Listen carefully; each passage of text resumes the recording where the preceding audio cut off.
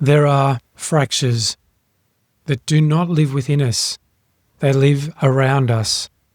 They're not internal wounds, old memories, or unresolved distortions that we've yet to bring into coherence. They're people, not broken people, not bad people, not dishonest people or malicious people, but unintegrated frequencies that we remain near because we've told ourselves it would cost too much to walk away. And so we stay close. We share space. We negotiate. We keep them in our field because they're useful, because they've helped us, because we love them, because they aren't that bad, because we haven't found a good enough reason to leave. And slowly the field begins to distort. Not violently, not visibly, but subtly, bit by bit, until one day we realize our signal isn't as clear, our rhythm isn't as steady, and our structure is bending in ways we didn't choose. Not because we fell out of coherence, but because we tolerated something that never was within coherence. Distortion doesn't always announce itself. It doesn't always come in chaos or conflict. Sometimes it comes in comfort, in familiarity, in subtle emotional contracts, in the invisible threads that say, "You've outgrown this, but don't you dare abandon it." And because we value loyalty, we stay. Because we value friendship, we stay. Because we value love and people, we stay. We let them linger in our field. We justify the dissonance. And in doing so, we begin to lose coherence by association. This is a hard truth. It forces us to see that not all misalignment is ours. It asks us to question our patterns of proximity, and it reveals something many of us would rather not face, that coherence isn't just about what you are, it's about what you allow. I've helped people in my field long after they stopped resonating, because I believed in their potential, because I remembered their past coherence, because I felt responsible for their pain, because I didn't want to appear disloyal or ungrateful. And each time I paid a price, a hefty one, not in dramatic collapse, but in subtle fatigue, energetic drag, field erosion, because I was absorbing what they refused to own. And over time, that made me incoherent too. You don't need to fight distortion for it to harm you. You only need to remain near it once you've recognized it. Because the moment you see distortion and choose not to act, you become responsible for its presence in your space. This is why field hygiene matters. This is why proximity is power. This is why the most coherent men often walk alone. Not because they're antisocial, but because they've learned what it costs to share signal with the unintegrated. Distortion by association does not always look like chaos. It looks like fatigue that you just can't explain.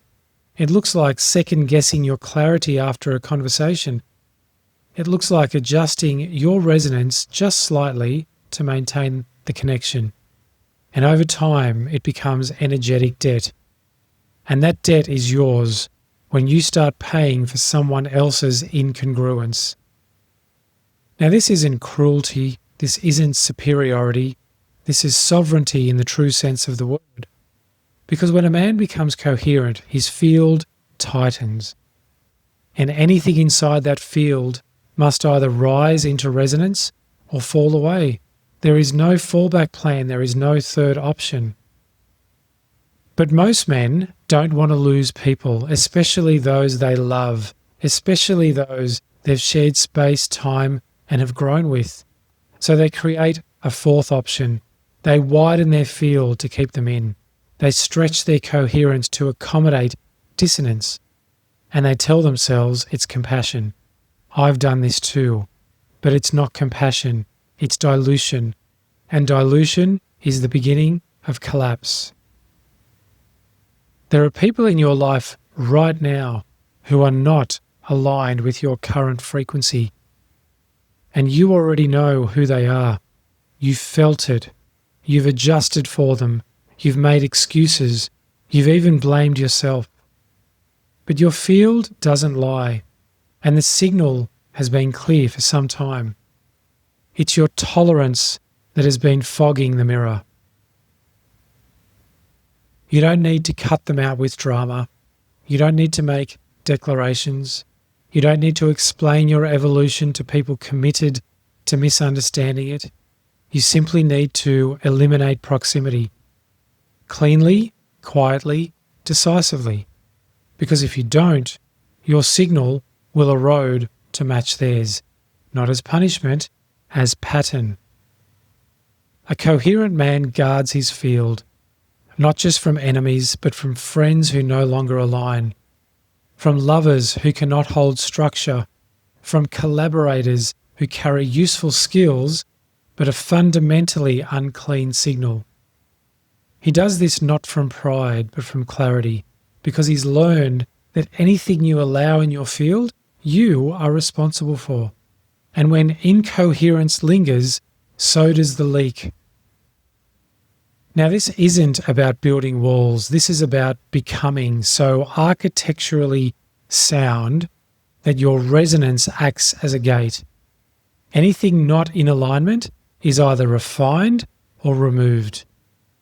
When you realize you're being distorted by association, don't make it a story. Don't make it a morality play. Don't argue with your knowing. Just act. Not out of fear, out of fidelity to your own frequency. Because coherence has one demand: hold the line. And when you don't, the line bends. And when it bends, you begin to disappear into someone else's architecture. If you're feeling the fatigue of distorted proximity, if your signal has dulled and you can't find the leak, if your clarity has softened and your field has blurred, check your associations, not for blame, but for alignment. Ask yourself, who am I still allowing access to out of habit, obligation, or history? Whose incoherence am I absorbing because I'm afraid of what leaving them will cost me? And once you know, you can act, not to punish, to preserve, to contain, to protect the field, to uphold the architecture, to remain the gate through which only resonance may pass. Distortion by association is not always visible, but the cost is always very real. And once you are coherent, you can no longer afford to pay it. Welcome to The Architect Speaks.